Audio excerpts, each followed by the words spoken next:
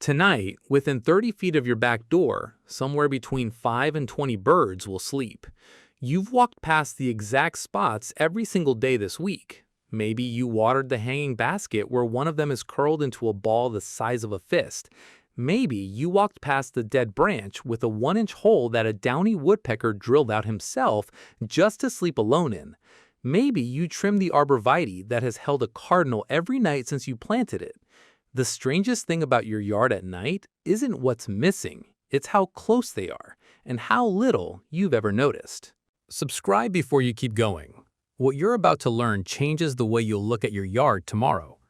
Most people picture sleeping birds the same way. A bird on a branch somewhere in a tree. That picture is almost entirely wrong. A roost site isn't just any branch. It's a specific place a bird chose for very specific reasons, and the bird returns to that exact spot night after night for months, sometimes years. And in a typical suburban yard, the places that qualify as roost sites are not the places you'd guess. The dense arborvitae hedge by your fence, the hanging basket on your front porch, the dead branch with the woodpecker hole, the brush pile in the back corner you keep meaning to clear, the eaves of your shed, the corner post under your porch ceiling, the discarded Christmas tree leaning behind the garage.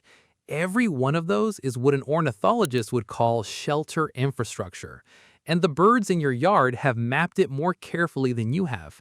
They know which spot blocks the wind, which spot is invisible from above, which spot holds heat from the day, which spot is too close to where the neighborhood cat patrols. By dusk every evening, every single bird in your yard has made a decision about where to spend the next 12 hours of complete darkness, and most of those decisions land within 30 feet of where you sleep. The most dramatic sleeping spots in your yard are hidden inside trees. Cavity roosting birds are the engineers of the bird world. A black-capped chickadee, which weighs about 11 grams, the weight of 2 pennies, finds a tree cavity so tight that its body fills the entire space. The interior measures about 4 inches wide, 3 inches deep, 3 inches tall. The entrance is 1 1/4 inches. The chickadee squeezes inside, and the trapped warm air it exhales raises the cavity's temperature by up to 18 degrees above the outside. Researcher Susan Sharbaugh at the University of Alaska tracked Alaskan chickadees with radial transmitters. Every single roost she found was inside a birch tree cavity, and never more than 1 chickadee per hole. They sleep alone. The downy woodpecker takes this further. Each individual downy excavates its own private sleep cavity, separate from any nest. It takes 3 to 7 days of careful chiseling. And here's the part most people don't know. Downy cavities excavated in fall face away from the prevailing wind. Cavities excavated at other times of year face random directions. They are choosing the wind direction. They are engineering their bedrooms. A pileated woodpecker can create up to 12 separate sleeping cavities in a single year, each one a private bedroom for 1 bird. But cavities don't always stay private. On a single, bitterly cold night in Georgia, 29 white-breasted nuthatches were recorded packed into 1 cavity. In the western pine forests, pygmy nuthatches do something nearly impossible to picture. In the 1950s, a biologist watched 150 pygmy nuthatches pile into 1 tree, at least 100 of them squeezed into 1 hole. They arrange themselves inside in squares, triangles, wedges, and tiers.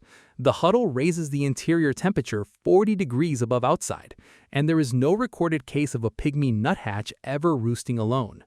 Bluebirds do it too. The bluebird researcher Joe Huber once counted 21 bluebirds leaving a single nest box one morning. Wings and tails layered like fallen leaves, every bird pressed flat against the others. The interior of that box ran 20 to 30 degrees warmer than the air outside. And in an English garden, after a particularly brutal night, 61 wrens were once counted in a single 4x4-inch nest box, a solid break of feathers.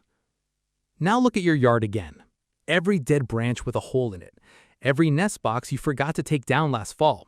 Every old snag you've been meaning to cut. Each one is potentially someone's bedroom. Not every bird sleeps in a cavity. Some sleep out in the open, but in places so well chosen that you'd never spot them. The northern cardinal is one of these. Cardinals do not use cavities. They sleep in the densest evergreen they can find. eastern red cedar, white pine, spruce, holly, and most often in suburban yards, arborvitae.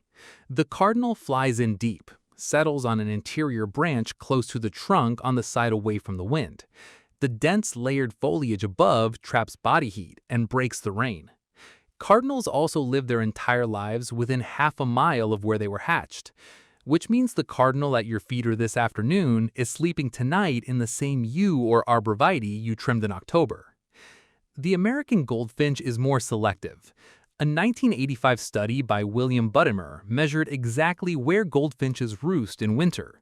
They choose the leeward side of Colorado blue spruce, on the most densely needled branches, well inside the foliage.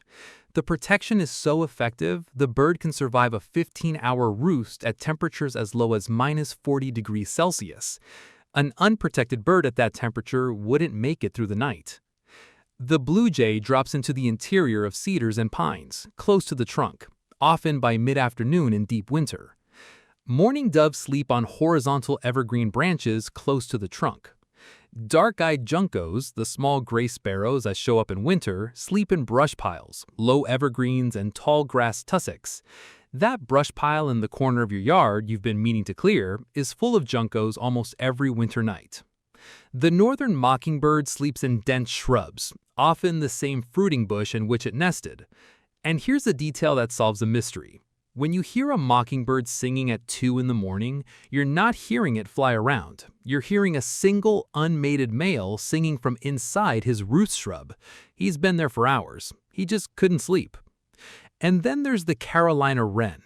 The Carolina wren may be the most extreme example of a sleeping bird hiding in plain sight. They sleep in hanging baskets, porch corner posts, garage rafters, Christmas wreaths, old boots, coat pockets in sheds, abandoned hornet nests, propane tank covers. There is a measurable chance right now that a Carolina wren is sleeping in the hanging basket beside your front door. When they sleep, they fluff up so heavily they look like a small pine cone. Most homeowners who have ever photographed one didn't realize they were looking at a bird. The body of a sleeping bird is doing things almost no human ever imagines. Start with the feet. A perched bird does not have to think about gripping the branch. The flexor tendons that run from its leg muscles down behind the ankle and into the toes lock automatically the moment the leg bends. Microscopic ridges on the tendons interlock with ridges in the tendon sheath, like Velcro tightening. The bird can fall fully asleep, and the grip holds. Next, the head. There is an old myth that birds sleep with their head tucked under a wing. They don't. They rotate the neck nearly 180 degrees and bury the beak into the feathers of the back. A 2019 study in Current Biology measured what happens when a bird sleeps in this posture. Respiratory rate drops, metabolic rate drops, heat loss is reduced, but response time to a predator slows down. The bird is making a trade, energy savings for danger awareness. And on cold nights when the chickadee in your yard runs out of options, it does something even stranger. It deliberately dropped its body temperature by 10 degrees Celsius, from the normal 108 degrees Fahrenheit down to around 86. This is regulated nocturnal hypothermia. It saves up to 33% of the bird's overnight energy. Without it, the chickadee at your feeder this morning would not have lived through the night. And then there is the eye. Researcher Niels Rattenborg ran a famous experiment with 4 mallards in a row of clear plastic cages. The ducks at the ends of the row slept with one eye open 150% more than the ducks in the middle. The open eye always faced outward, toward the threat direction. Half of their brain was actually asleep. The other half was watching. This is called unihemispheric sleep, and most birds in your yard tonight are doing it, which means the chickadee in your birch tree right now is not fully asleep. Half of it is awake, watching the dark, waiting for the snap of a branch. Here is the part that changes how you think about your yard forever. In a 2024 paper in the journal Ornithology, researchers GPS-tracked migrating whimbrels off the South Carolina coast.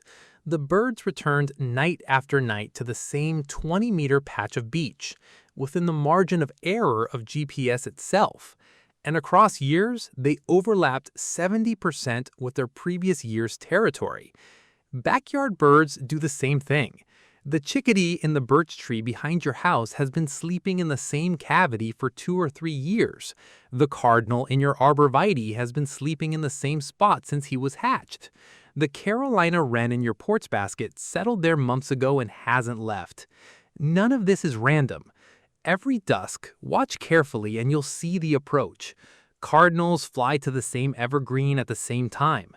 House sparrows gather in shrubs in a noisy chorus that drifts from bush to bush until they all drop into the same hedge they used yesterday.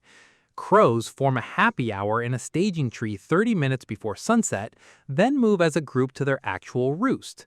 American crow roosts in some cities have held up to 2 million birds, and some of those roosts have been used continuously for over 100 years.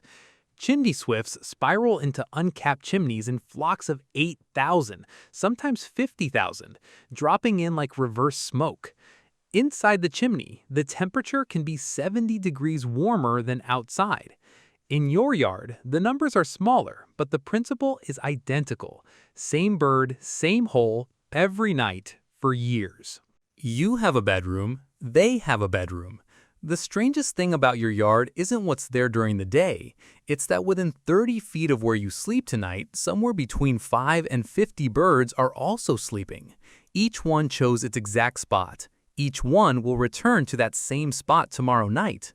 Some of them are pressed together in a cavity warming each other. Some of them are alone in a hole that one bird carved out by hand. Some of them are puffed into a ball on the corner of your porch. And every one of them has been sleeping there, night after night, the entire time you've lived in that house. You walked past them today. You'll walk past them tomorrow. Now go look. Tell me in the comments, have you ever found a sleeping bird somewhere unexpected in your yard? A flower pot, a porch corner, a wreath? I want to know what you found. I read every one.